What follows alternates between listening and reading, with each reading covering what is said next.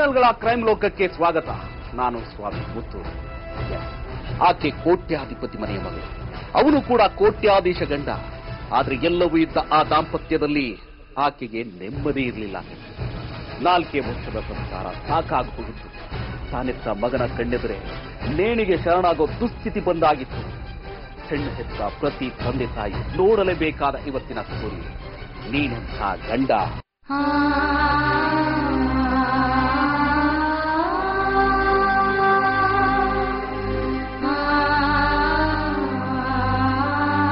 S, ಈ ಮನೆ ಮುಂದೆ ನಿನ್ನೆ ಬೆಳಗ್ಗೆ ಸೂತಕದ ಛಾಯೆ ಆವರಿಸಿಕೊಂಡಿತ್ತು.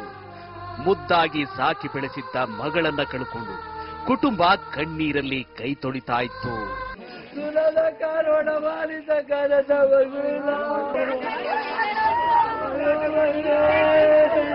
ಮೈಸೂರಿನ ಬೋಗಾದಿ ಹೈಟೆನ್ಷನ್ ಮುಖ್ಯ ರಸ್ತೆಯಲ್ಲಿ ವಾಸ ಮಾಡ್ತಿದ್ದ ಸಾಲಿಗ್ರಾಮ ಜಗದೀಶ್ ದಂಪತಿ ಅಕ್ಷರಶಃ ಕುಸಿದು ಹೋಗಿದ್ರು. ಅದಕ್ಕೆ ಕಾರಣ ಅವರ ಮುತ್ತಿನ ಮಗಳ ಆತ್ಮಹತ್ಯೆ.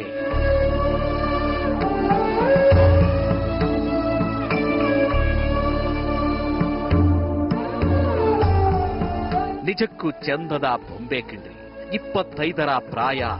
ಇಂಥ ಚಿಕ್ಕ ವಯಸ್ಸಲ್ಲಿ ಪ್ರಾಣ ಕಳ್ಕೊಳ್ಳುವಂತ ಪರಿಸ್ಥಿತಿ ಏನಪ್ಪ ಆಗಿತ್ತು ಅಂತ ನಿಮಗನ್ನಿಸಬಹುದು. ಆ ಕರಾಳ ಕತೆ ಕೇಳಿದ್ರೆ ಎಂತವರ ಕಣ್ಣಲ್ಲೂ ಒಂದು ಹನಿ ಕಣ್ಣೀರು ಬರದೇ ಇರೋದಿಲ್ಲ.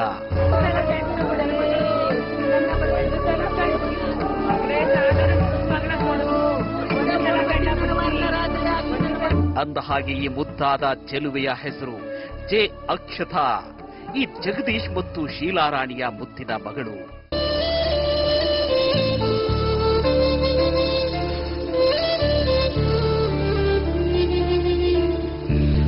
ಮೈಸೂರಿನಲ್ಲಿ ಕ್ಲಾಸ್ 1 ಕಾಂಟ್ರಾಕ್ಟರ್ ಆಗಿರೋ ಜಗದೀಶ್ಗೆ 2 ಹೆಣ್ಣು ಮಕ್ಕಳು ಕಣ್ರಿ.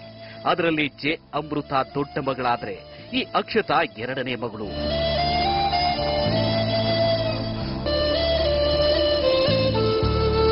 ಜಗದೀಶ್ ತಮ್ಮ 2 ಹೆಣ್ಣು ಮಕ್ಕಳನ್ನ ತುಂಬಾ ಚೆನ್ನಾಗಿ, ತುಂಬಾ ಮುದ್ದಾಗಿ, ಅಷ್ಟೇ ಯಾಕೆ ಒಳ್ಳೆ ಎಜುಕೇಶನ್ ಕೂಡ ಕೊಡಿಸಿ ಬೆಳೆಸಿದ್ರು.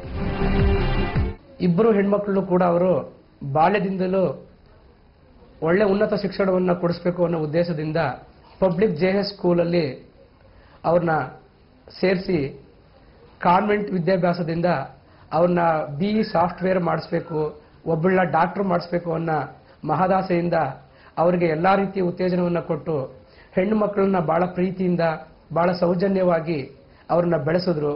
ಜೆ ಅಕ್ಷತಾ ಇವಳನ್ನ ಡಾಕ್ಟರ್ ಮಾಡಬೇಕು ಅಂತ ಮಹದಾಸೆ ಇಟ್ಕೊಂಡಿದ್ರು. ಕಾರಣಾಂತರದಿಂದ ಅವಳಿಗೆ ಡಾಕ್ಟರ್ ಆಗಲಿಲ್ಲ. ಇಂಜಿನಿಯರ್ ಆಗಿ ಓದಿದ್ಲು, ಸಾಫ್ಟ್ವೇರ್ ಇಂಜಿನಿಯರ್ ಆಗಿ ಮೈಸೂರು NIA ಕಾಲೇಜಲ್ಲಿ ಅವಳು ವಿದ್ಯಾಭ್ಯಾಸವನ್ನ ಮುಗಿಸಿದ್ಲು. ಕೇಳಿದ್ರಲ್ಲ, ಇಂಜಿನಿಯರಿಂಗ್ ಮಾಡಿದ್ದ ಹುಡುಗಿ ಕಣ್ರಿ. ಇವತ್ತು ಯಾವ್ದಾದ್ರೂ ಕಂಪನಿ ಸೇರ್ಕೊಂಡಿದ್ರು ಕೈ ತುಂಬಾ ಸಂಬಳ ಬರ್ತಿತ್ತು. ಅಷ್ಟೇ ಯಾಕೆ ಮನೆಯಲ್ಲಿ ಕೂತು ತಿಂದ್ರು ಕರಗ್ತಾ ಇರಲಿಲ್ಲ. ಅಷ್ಟು ಸ್ಥಿತಿವಂತ ಕುಟುಂಬ ಈ ಜಗದೀಶ್ ಅವರದ್ದು.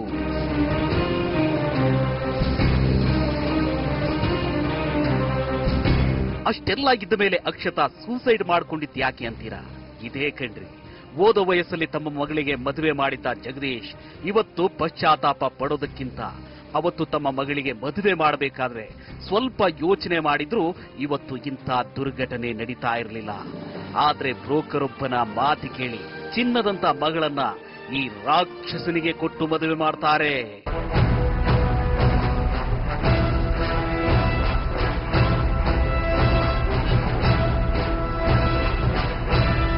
ಈತನ ಹೆಸರು ಮಂಜುನಾಥ ಅಲಿಯಾಸ್ ಯೋಗೇಶ್ ಅಂತ. ಬೆಂಗಳೂರಿನ RR ನಗರದ ಸುಧಾಮಣೆ ಪುಟ್ಟೇಗೌಡನ ಮಗ.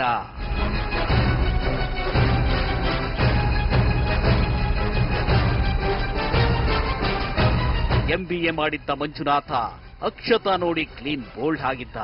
ಮದುವೆ ಆದ್ರೆ ಅವಳನ್ನೇ ಆಗೋದು ಅಂತ ಹಠಕ್ಕೆ ಬಿದ್ದೆ ಅವಳನ್ನ ಕೈ ಹಿಡಿದಿದ್ದ.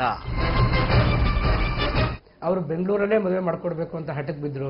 ಆವಾಗ ಬೆಂಗಳೂರು ಸಿಟಿ ರಾಜರಾಜೇಶ್ವರಿ ನಗರದ ಮೀನಾಕ್ಷಿ ಕಲ್ಯಾಣ ಮಂಟಪದಲ್ಲಿ ಸರಿಸುಮಾರು ಒಂದು 50ರಿಂದ 60 ಲಕ್ಷ ಖರ್ಚು ಆಗುವಂತಹ ಮಟ್ಟದಲ್ಲಿ ಅವಳಿಗೆ ಮದುವೆಯನ್ನ ಮಾಡಿಕೊಡ್ತಾಳೆ. ನನ್ನ ತಂಗಿ, ಭಾವ, ನಾವು ಎಲ್ಲ ಜೊತೆಗೆ ಸೇರಿ ಬೆಂಗಳೂರಿನ RR ನಗರದ ಮೀನಾಕ್ಷಿ ಕಲ್ಯಾಣ ಮಂಟಪದಲ್ಲಿ ಅದ್ದೂರಿಯಾಗಿ ಮದುವೆ ಮಾಡಿಕೊಟ್ಟಿದ್ರು ಜಗದೀಶ್. ತಮ್ಮ ಮಗಳಿಗೆ ಗಂಡನ ಮನೆಯಲ್ಲಿ ಕಿಂಚಿತ್ತು ನೋವಾಗಬಾರದು ಅನ್ನೋ ಕಾರಣಕ್ಕೆ ಅವರು ಕೇಳಿದ್ದನ್ನೆಲ್ಲ ಕೊಟ್ಟು ಧಾರೆ ಎರೆದಿದ್ರು. ಆ ಸಂದರ್ಭದಲ್ಲಿ ಸಾಕಷ್ಟು ಉಡುಗೊರೆಗಳನ್ನ ಕೊಡ್ತೀವಿ. ಸರಿಸುಮಾರು 1 ಕೆಜಿಗೂ ಮೀರಿ ಚಿನ್ನವನ್ನು ಕೊಟ್ಟಿದ್ದೀವಿ. 1-2 ಕೆಜಿ ಹತ್ತತ್ರ ಬೆಳ್ಳಿಯನ್ನ ಕೊಟ್ಟಿದ್ದೀವಿ. ಹುಡುಗನ್ಗೆ ಸೂಟು ಬಟ್ಟೆ ಅಂತ ಹೇಳಿ ಅವ್ರಿಗೊಂದು 5 ಲಕ್ಷ ರೂಪಾಯಿ ಕ್ಯಾಶ್ ಕೊಟ್ಟಿದ್ದೀವಿ. ಮತ್ತೆ ಅವ್ರಿಗೆ ಬೆಂಗಳೂರಿನಲ್ಲಿ ಅವ್ರು ಬರುವಂತಹ ಜನಗಳಿಗೆ, ನಮ್ಮಿಂದ ಇಲ್ಲಿಂದ ಮೈಸೂರಿಂದ ಕರ್ಕೊಂಡು ಹೋಗುವಂಥ ಜನಗಳಿಗೆ ವ್ಯವಸ್ಥಿತವಾಗಿ ಅದ್ದೂರಿಯಾಗಿ ಸಾಲ ಮಾಡಿ, ಅವರು ಅಷ್ಟು ಹಣವನ್ನು ಇಟ್ಕೊಂಡಿರಲಿಲ್ಲ, ಮತ್ತೆ ಮದುವೆ ಮಾಡುವಂತ ಒಂದು ಸಂದರ್ಭನೂ ಇರಲಿಲ್ಲ. ಹುಡುಗನ ಮನೆಯವರ ಒತ್ತಡಕ್ಕೆ ದಿಢೀರಂತ ಆದಂತಹ ಮದುವೆ ತೀರ್ಮಾನಕ್ಕೆ ಅವರು ಎಲ್ಲಾನು ಸಾಲವಾಗಿ, ಕೈ ಸಾಲ, ಸ್ನೇಹಿತರ ಹತ್ರ, ನೆಂಟರ ಹತ್ರ ಎಲ್ಲ ಸಾಲ ತಂದು ಬೆಂಗಳೂರು ರಾಜರಾಜೇಶ್ವರಿ ನಗರದಲ್ಲಿ ಮೀನಾಕ್ಷಿ ಕಲ್ಯಾಣ ಮಂಟಪದಲ್ಲಿ ಅದ್ದೂರಿಯಾಗಿ ಮದುವೆಯನ್ನ ಮಾಡಿಕೊಡ್ತಾರೆ. ಕೈ ತುಂಬಾ ವರದಕ್ಷಿಣೆ ಕೊಟ್ಟು ವಿಜೃಂಭಣೆಯಿಂದ ಮದುವೆ ಮಾಡಿಕೊಟ್ಟ ಜಗದೀಶ್ ಅಳಿಯ ಮಗಳು ಸುಖವಾಗಿ ಬಾಳ್ಲಿ ಅಂತ ಆಶೀರ್ವಾದ ಮಾಡ್ತಾರೆ. ಆದ್ರೆ ಗಂಡನ ಮನೆಯಲ್ಲಿ ಸುಖವಾಗಿ ಬಾಳಬೇಕಾದ ಈ ಸುಂದರಿ ಅವರ ಕಿರುಕುಳ ತಾಳಲಾರದೆ ಮೇಣದ ಬತ್ತಿ ಹಾಗೆ ಕರಗಿ ಹೋಗಿದ್ದಾಳೆ.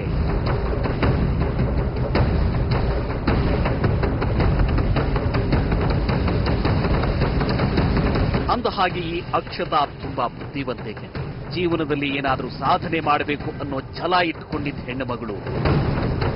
ನನ್ನ ತಂಗಿ ಮಗಳು ನನ್ಗಿನ್ನೂ ಚಿಕ್ಕ ವಯಸ್ಸು, 20 ವರ್ಷ 21 ವರ್ಷ, ನನಗೆ ಈಗಲೇ ಮಗು ಬೇಡ, ನಾನು ಇನ್ನು BE ಕಂಪ್ಲೀಟ್ ಮಾಡಬೇಕು, ನನ್ನ ಕಾಲ ಮೇಲೆ ನಾನು ನಿಂತ್ಕೋಬೇಕು, ನನಗೇನೋ ಬೇರೆ ಇನ್ನೂ IAS ಮಾಡಬೇಕು ಅನ್ನೋ ಆಸೆ ಇದೆ, ಈಗಲೇ ನನ್ನ ಸಂಸಾರದ ಸಿಲುಕೊಳ್ಳೋದು ಬೇಡ ಅಂತ ಅವಳು ಪದೇ ಪದೇ ಹೇಳಿದ್ರು ಕೂಡ ಯೋಗೇಶ್ ಅವರು ಒಂದೇ ಹಠ ಮಾಡಿದ್ರು.